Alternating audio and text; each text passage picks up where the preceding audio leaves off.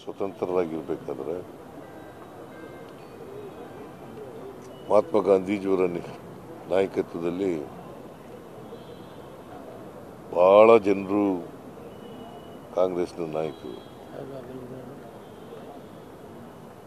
ಪ್ರಾಣತ್ಯಾಗ ಬಲಿದಾನಗಳನ್ನು ಮಾಡಿದ್ದಾರೆ, ಆಸ್ತಿ ಪಾಸ್ತಿಗಳನ್ನು ಕಳ್ಕೊಂಡಿದ್ದಾರೆ.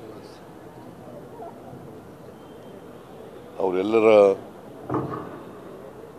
ತ್ಯಾಗದಿಂದ ಹೋರಾಟದಿಂದ ನಾವಿವತ್ತು ಸ್ವತಂತ್ರರಾಗಿದ್ದೇವೆ. ನಮ್ಮನ್ನು ನಾವೇ ಆಳ್ಕೊಳ್ತಕ್ಕಂಥ ವ್ಯವಸ್ಥೆಯನ್ನು ಮಾಡ್ಕೊಂಡಿದ್ದೇವೆ. ಅವರು ಗಾಂಧೀಜಿಯವರು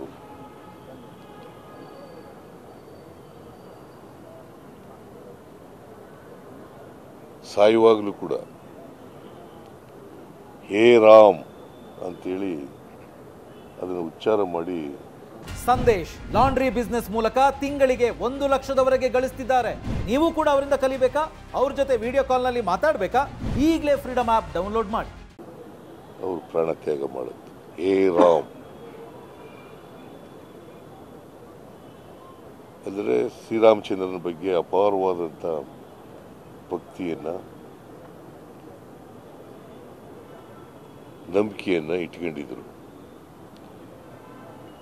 ಅವರು ಅದಕ್ಕೋಸ್ಕರನೇ ಅವರು ಯಾವಾಗಲೂ ಕೂಡ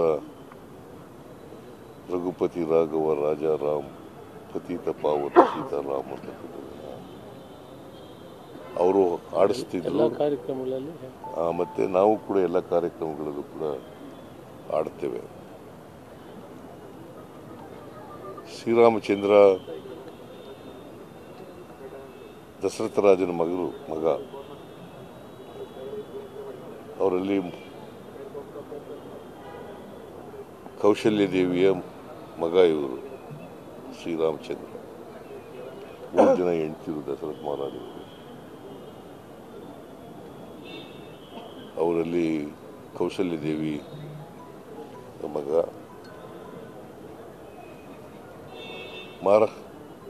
ಶ್ರೀರಾಮಚಂದ್ರ ಪಿತೃವಾಕ್ಯ ಪರಿಪಾಲನೆಗೋಸ್ಕರ ಭರತನಿಗೆ ಪಟ್ಟ ಕಟ್ಟಿ ತಾನು ಪಟ್ಟಾಭಿಷೇಕ ಮಾಡಿಸ್ಕೋಬೇಕಾಗಿತ್ತು.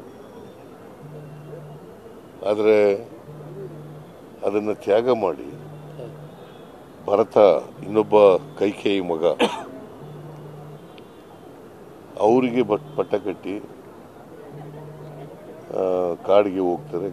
ಶ್ರೀರಾಮಚಂದ್ರನ ಜೊತೆ ಸೀತೆ, ಲಕ್ಷ್ಮಣ ಇವರು ಕೂಡ ಹೋಗ್ತಾರೆ. 14 ವರ್ಷಗಳ ಕಾಲ ವನವಾಸ ಅನುಭವಿಸ್ತಕ್ಕಂಥದ್ದನ್ನು ಕೂಡ ಶ್ರೀರಾಮಚಂದ್ರ ಮಾಡ್ತಾರೆ. ಶ್ರೀರಾಮಚಂದ್ರ ಅಂತಂದರೆ ಸತ್ಯ ಪರಿಪಾಲನೆ ಮಾಡ್ತಕ್ಕಂಥದ್ದು.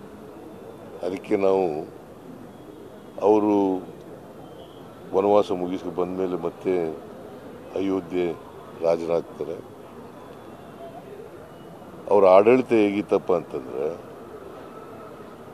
ಎಲ್ಲ ಧರ್ಮದವ್ರನ್ನ, ಎಲ್ಲ ಜಾತಿಯವರನ್ನ ಎಲ್ಲರೂ ಕೂಡ ಸಮಾನವಾಗಿ ಕಾಣ್ತಾ ಇದ್ದಂಥದ್ದು. ಅವರಿಗೆ ನ್ಯಾಯ ಒದಗಿಸ್ಕೊಡ್ತಕ್ಕಂಥ ಕೆಲಸವನ್ನು ಮಾಡ್ತಾರೆ. ಅದಕ್ಕೆ ನಾವು ರಾಮರಾಜ್ಯ ಆಗಬೇಕು ಅಂತ ಹೇಳ್ತೀವಿ. ರಾಮರಾಜ್ಯ ಆಗಬೇಕು, ದೇಶ ರಾಮರಾಜ್ಯ ಆಗಬೇಕು, ಕರ್ನಾಟಕ ರಾಮರಾಜ್ಯ ಆಗಬೇಕು ಅಂತ ಎಲ್ಲ ಹೇಳ್ತೀವಿ. ಯಾಕಂದರೆ ಅಷ್ಟರ ಮಟ್ಟಿಗೆ ಒಂದು ಆದರ್ಶ ಆಡಳಿತವನ್ನು ಶ್ರೀರಾಮಚಂದ್ರ